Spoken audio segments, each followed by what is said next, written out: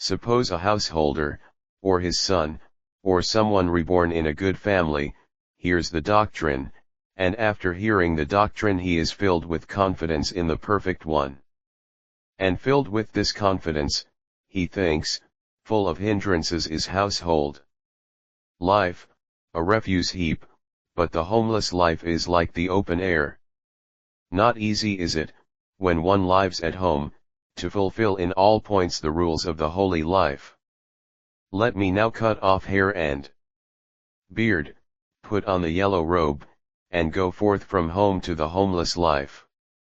And in a short time, having given up his possessions, great or little, having forsaken a large or small circle of relations, he cuts off hair and beard, puts on the yellow robe, and goes forth from home to the homeless life. Having thus left the world, he fulfills the rules of the monks. He avoids the killing of living beings and abstains from it. Without stick or sword, conscientious, full of sympathy, he is desirous of the welfare of all living beings. He avoids stealing, and abstains from taking what is not given to him. He takes only what is given to him, waiting till it is given, and he lives with a heart honest and pure. He avoids unchastity, living chaste, celibate, and aloof from the vulgar practice of sexual intercourse. He avoids lying and abstains from it.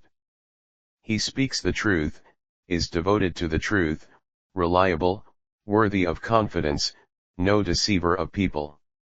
He avoids tale-bearing and abstains from it.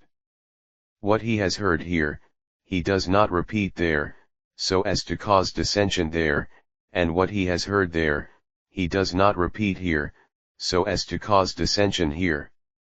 Thus he unites those that are divided, and those that are united he encourages. Concord gladdens him, he delights and rejoices in concord, and it is concord that he spreads by his words. He avoids harsh language and abstains from it.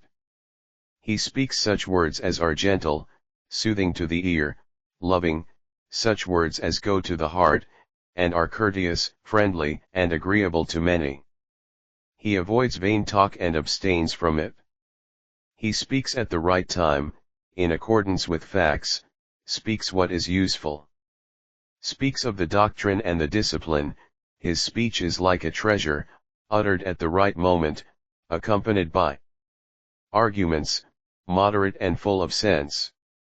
He takes food only at one time of the day, forenoon, abstains from food in the evening, does not eat at improper times. He keeps aloof from dance, song, music, and the visiting of shows. He rejects flowers, perfumes, ointment, as well as every kind of adornment and embellishment. High and gorgeous beds he does not use. Gold and silver he does not accept. He does not accept raw corn and flesh, women and girls, male and female slaves, or goats, sheep, fowls, pigs, elephants, cows, or horses, or land and goods.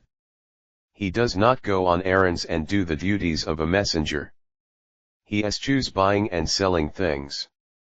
He has nothing to do with false measures, metals, and weights.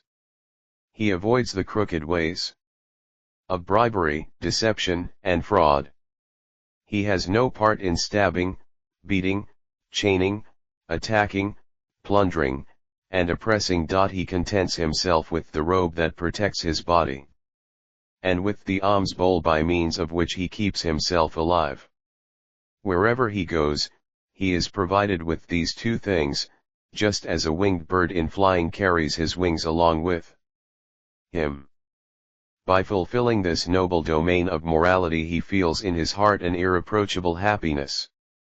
Now, in perceiving a form with the eye, a sound with the ear, an odor with the nose, a taste with the tongue, an impression with the body, an object with the mind, he cleaves neither to the whole nor to its details. And he tries to ward off that which, should he be unguarded in his senses, might give rise to evil and unwholesome states, to greed and Sorrow, he watches over his senses, keeps his senses under control. By practicing this noble control of the senses, he feels in his heart an unblemished happiness.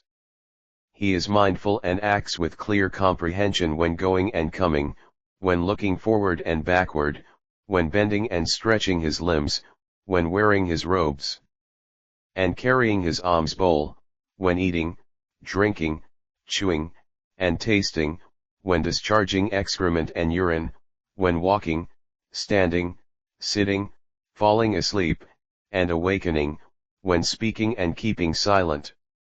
Now being equipped with this noble morality, equipped with this noble control of the senses, and filled with this noble mindfulness and clear comprehension, he chooses a secluded dwelling in the forest, at the foot of a tree, on a mountain, in a cleft, in a rock cave, on a burial ground, on a wooded tableland, in the open air, or on a heap of straw. Having returned from his alms round, after the meal he sits down with legs crossed, body erect, with mindfulness fixed before him. Hey everyone! If you enjoyed this video and want to see more amazing content, make sure to hit that subscribe button right down below. And don't forget to click the bell icon so you'll be the first to know when I upload new videos. That way, you'll never miss out. Thanks for all your support, and I'll see you in the next one.